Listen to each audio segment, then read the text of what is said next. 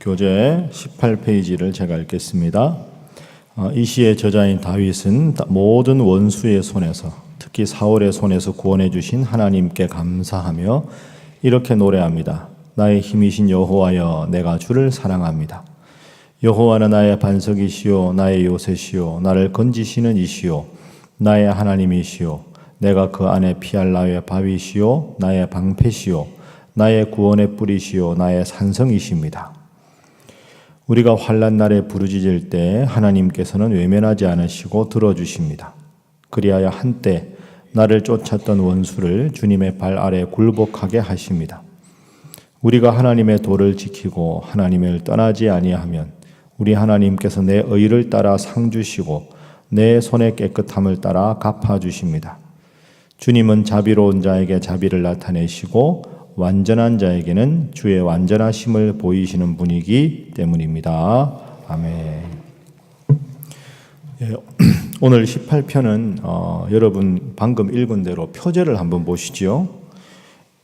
여호와의 종 다윗의 시, 인도자를 따라 부르는 노래. 여호와께서 다윗을 그 모든 원수들의 손에서와 사울의 손에서 건져주신 날에 다윗이 이 노래의 말로 여호와께 아뢰어 이르되.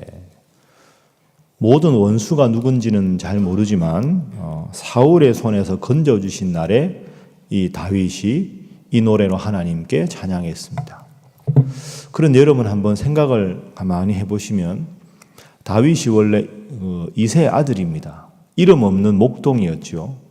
그런데 그 다윗은 어릴 적부터 왕이 되려고 야심을 가진 사람이 아니었습니다.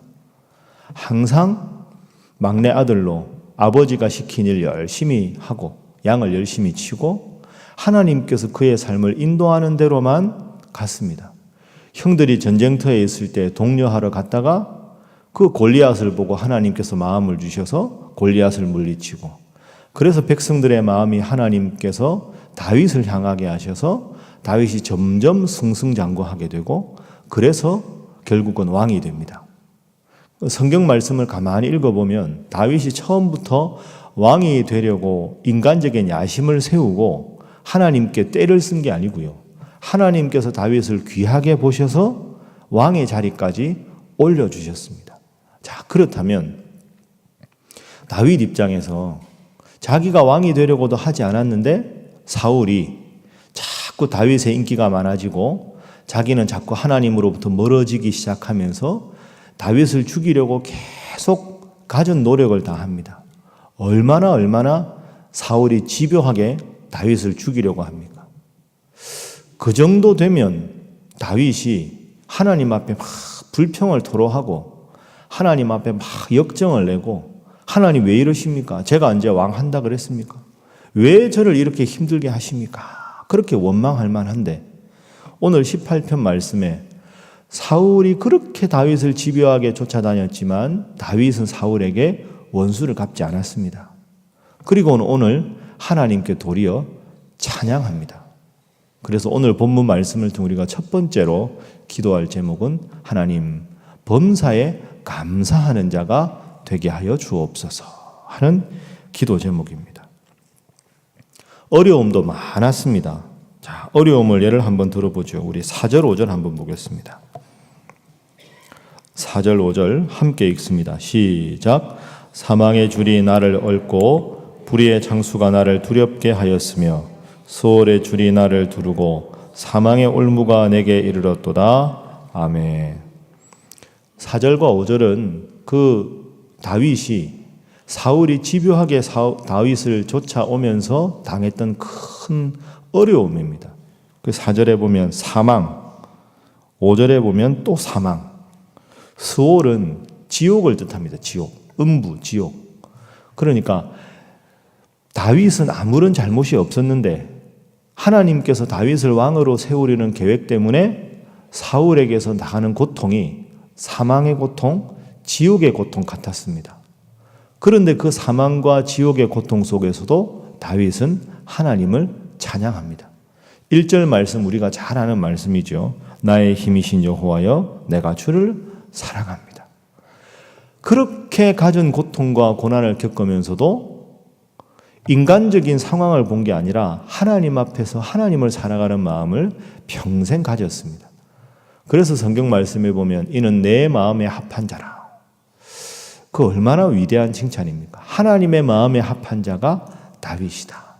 자, 그래서 오늘도 여러분 하루를 살아가시고 이번 한 주간도 살아가실 때 인간적으로 기쁜 일 있으면 감사하고 힘든 일 있으면 불평하는, 감사와 불평을 반복하는 삶이 아니라 나의 힘이신 여호와여, 내가 주님을 사랑합니다. 이 변함없는 다윗의 고백을 여러분의 고백으로 삼으시고 범사에 감사하시는 여러분 되시기를 주님 이름으로 축복합니다. 자, 두 번째는 우리 2절 말씀 한번 읽어보겠습니다. 2절. 자, 시작.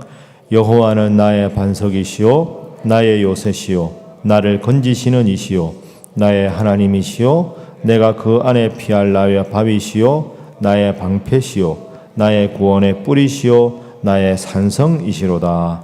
아멘. 우리가 시편 읽을 때마다 이런 표현을 많이 대하게 됩니다. 여러분 스스로 2절을 읽으면서는 한번 질문을 해보십시오. 나에게 하나님은 어떤 분인가?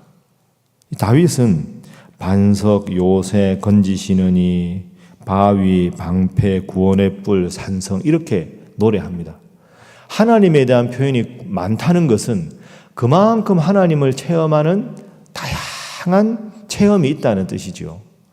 그리고 여러분 8절 이하에 보시면 다윗이 상상력을 동원해서 하나님의 모습을 표시합니다.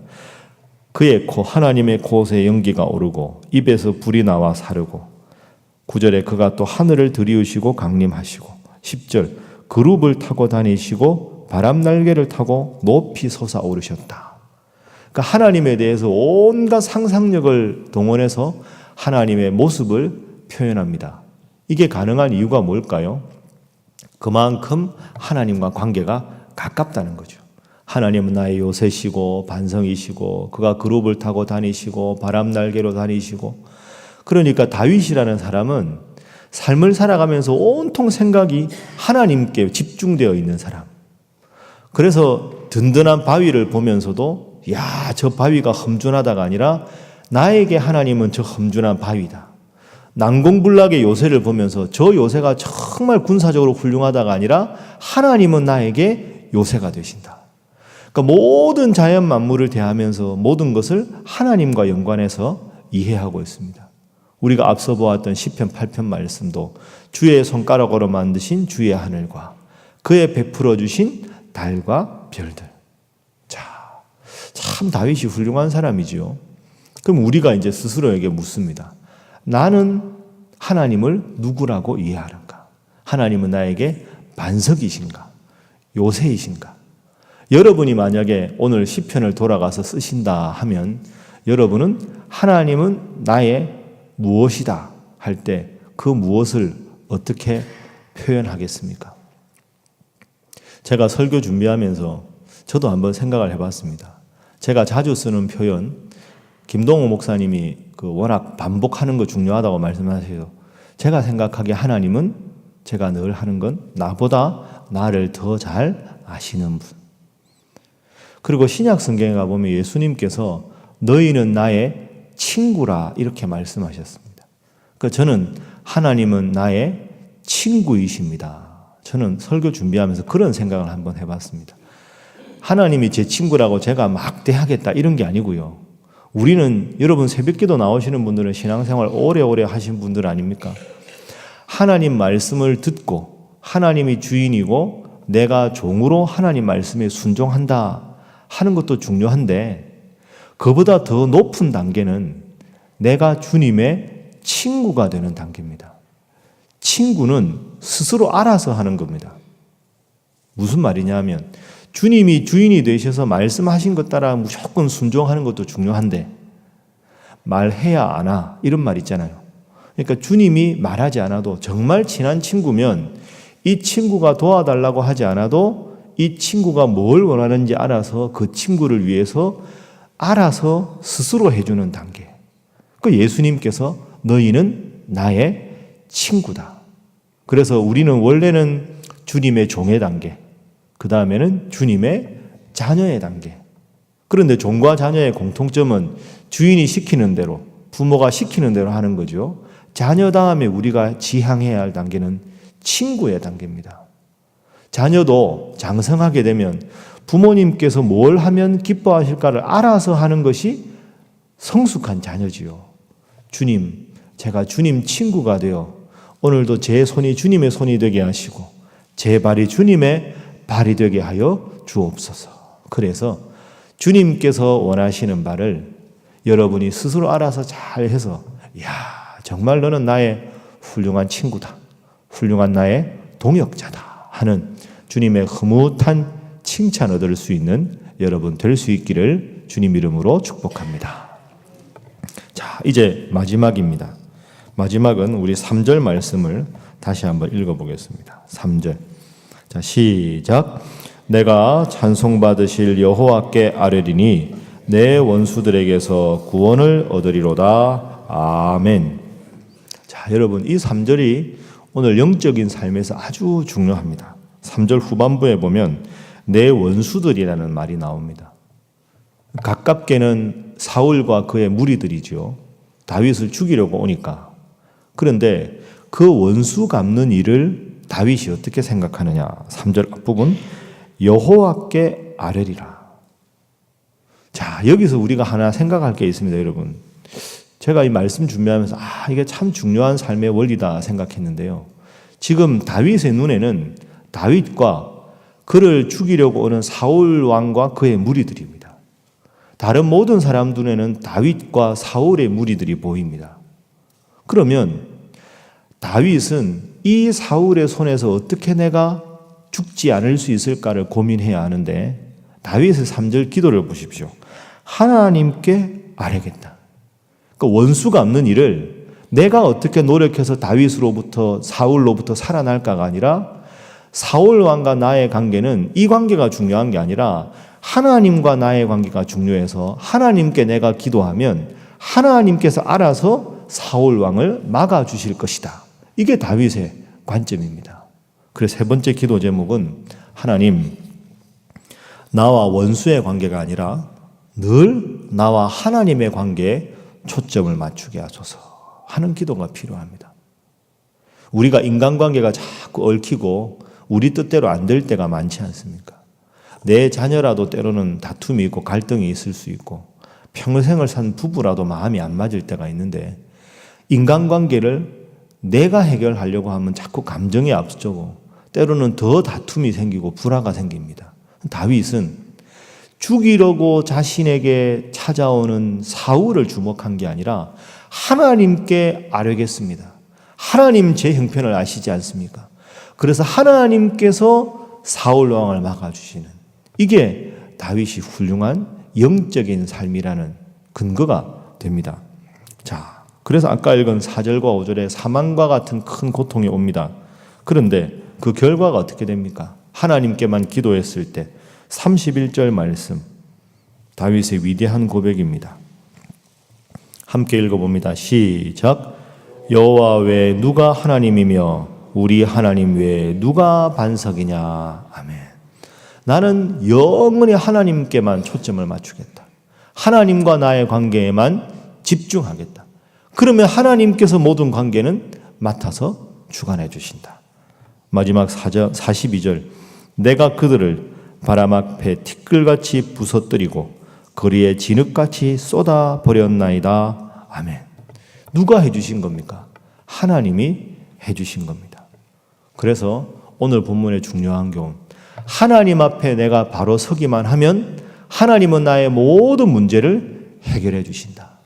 내가 나의 힘으로, 나의 지혜로, 나의 감정으로 모든 인간관계 얽히고 설킨 문제를 해결하려 하지 말고 하나님 앞에 내가 바로 서고 하나님 앞에 기도하서 하나님의 지혜로 하나님의 능력으로 모든 관계를 풀어주셔야 한다. 이것이 오늘 다윗의 가장 중요한 고백입니다. 여러분, 인생을 살아가실 때 우리가 이런 일이 얼마나 많습니까? 내 감정대로 내 뜻대로 하다가 또 실수하는 일도 얼마나 많습니까? 나의 힘이신 여호와여, 내가 주님을 사랑합니다. 내가 주님께 아뢰겠습니다. 주님께서 나의 반석이십니다. 오늘 이 고백이 여러분의 평생의 고백이 되셔서 하나님 앞에 바로 섬으로 위험에서 여러분을 극복하게 하시고 좋은 일이 있을 때도 하나님께 먼저 감사하게 하시고 힘든 일이 있으면 하나님 지혜로 인생의 모든 어려움을 해결하시기를 주님 이름으로 축복합니다. 함께 기도하겠습니다. 하나님, 범사에 감사하게 하시고 주님을 나의 가장 친밀한 분으로 고백하게 하시고 나의 원수가 아니라 하나님과 내 관계에 초점을 맞추는 인생 살아가게 하여 주옵소서.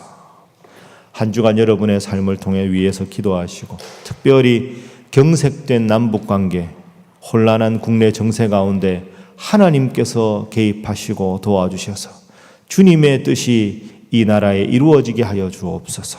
하나님 앞에 간절히 기도합니다.